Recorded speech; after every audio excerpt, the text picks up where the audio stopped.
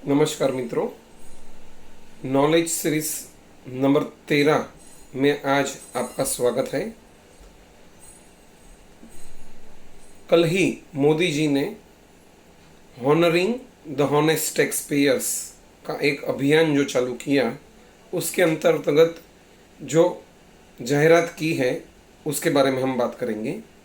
सबसे पहले उन्होंने टैक्स पेयर्स चार्टर यानी जो जूना सिटीज़न चार्टर होता है उसमें इनकम टैक्स डिपार्टमेंट को कैसे करदाता के साथ, टैक्स पेयर के साथ बिहेव करना है और साथ में करदाता की क्या क्या रिस्पॉन्सिबिलिटी है उसका वर्णन किया है।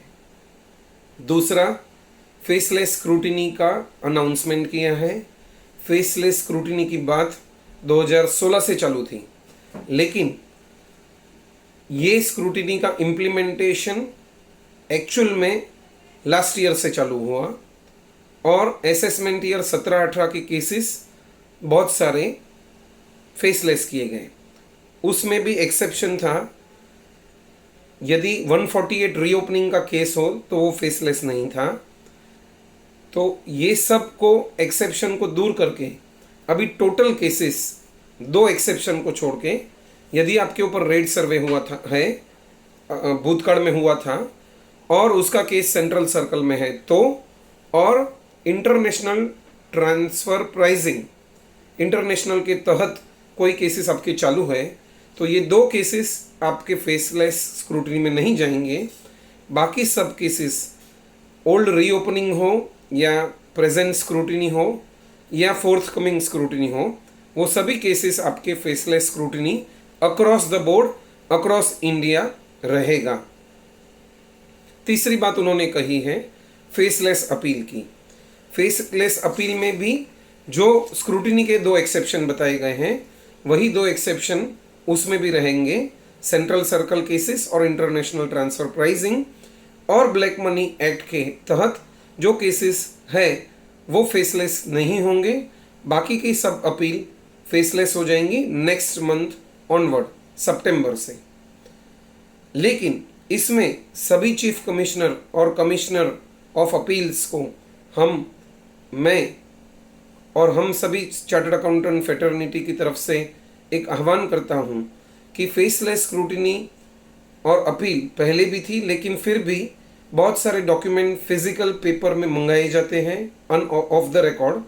तो वो हमारी विनती है सभी से कि आप वो कदम बंद करें और हमें साथ दें डिजिटलाइज्ड इंडिया, और जो प्रधानमंत्री का स्वप्न है उसे भी साकार करें। चौथा, मोदी जी ने जो अनाउंसमेंट किया है वो कोई भी फील्ड ऑफिसर, यानी मैं दादर में रहता हूँ और मेरा ऑफिस भी दादर है, तो उसका जुरिस्डिक्शन पहले पीरामल चैम्बर्स में आता था।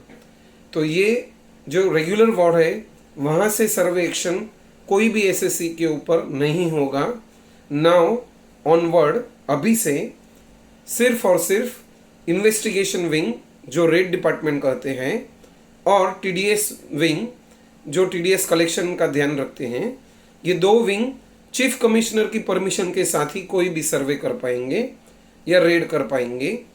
तो ये बहुत इम्पोर्टेंट कदम व्यापारियों के हित के लिए, करदाताओं के हित के लिए मोदी जी ने उठाया है इनकम टैक्स डिपार्टमेंट द्वारा। 5वां इम्पोर्टेंट, कोई भी कागज आपको इनकम टैक्स से आए तो सबसे पहले आप देखिए कि उसके ऊपर डिन नंबर, डॉक्यूमेंट आइडेंटिफिकेशन नंबर, ये परमानेंट नंबर और यूनिक नंबर होता है, तो उसे यूडीआईएन भी कहते हैं। यूनिक डॉक्यूमेंट आइडेंटिफिकेशन नंबर होना चाहिए। ये नंबर नहीं हो तो आपको मिला हुआ कोई भी कागज ईमेल से मिला हो या कुरियर से मिला हो या पोस्ट ऑफिस से मिला हो, वो इनवैलिड हो जाएगा, वो गैर मान्य होगा, कायदा किया नहीं होगा।